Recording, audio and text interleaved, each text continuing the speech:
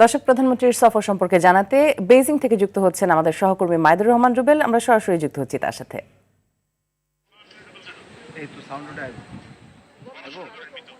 মিতু, আমরা বেইজিং এ রয়েছে। প্রধানমন্ত্রীর 5 দিনের চীন সফর কিন্তু ইতিমধ্যে শেষ হয়েছে।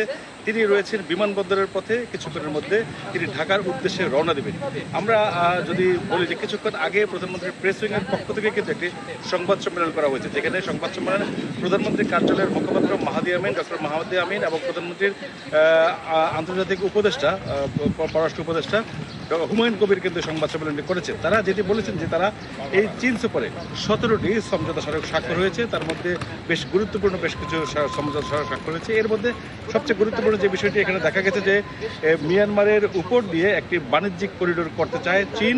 সেই প্রস্তাবটি কিন্তু দিয়েছে সরকারকে, এবং সেই প্রস্তাব সরকার রাখবেন কিনা সেটি কিন্তু ঢাকায় গিয়ে বিবেচনা বা বিশ্লেষণ করার পরেই সিদ্ধান্ত হবে। নিশ্চয়ই জানেন যে যুক্তরাষ্ট্র কিন্তু এর আগে মিয়ানমারের একটি মানবিক করিডোর দেওয়ার জন্য আহ্বান জানিয়েছিলেন। সেই ডাকে কিন্তু সাড়া দেয়নি বাংলাদেশ। এবারের এই বাণিজ্যিক করিডোরে বাংলাদেশ সাড়া দেবে, ঢাকা সাড়া দেবে কিনা বেইজিংয়ের, সেটি কিন্তু এখন প্রশ্ন।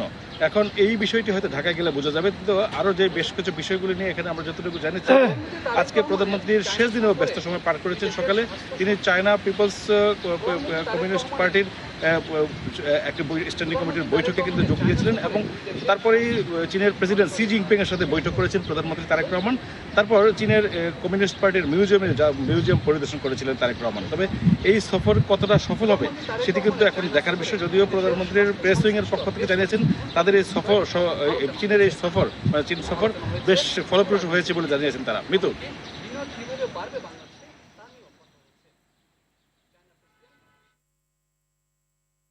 ধন্যবাদ আপনাকে যুক্ত হবার জন্য।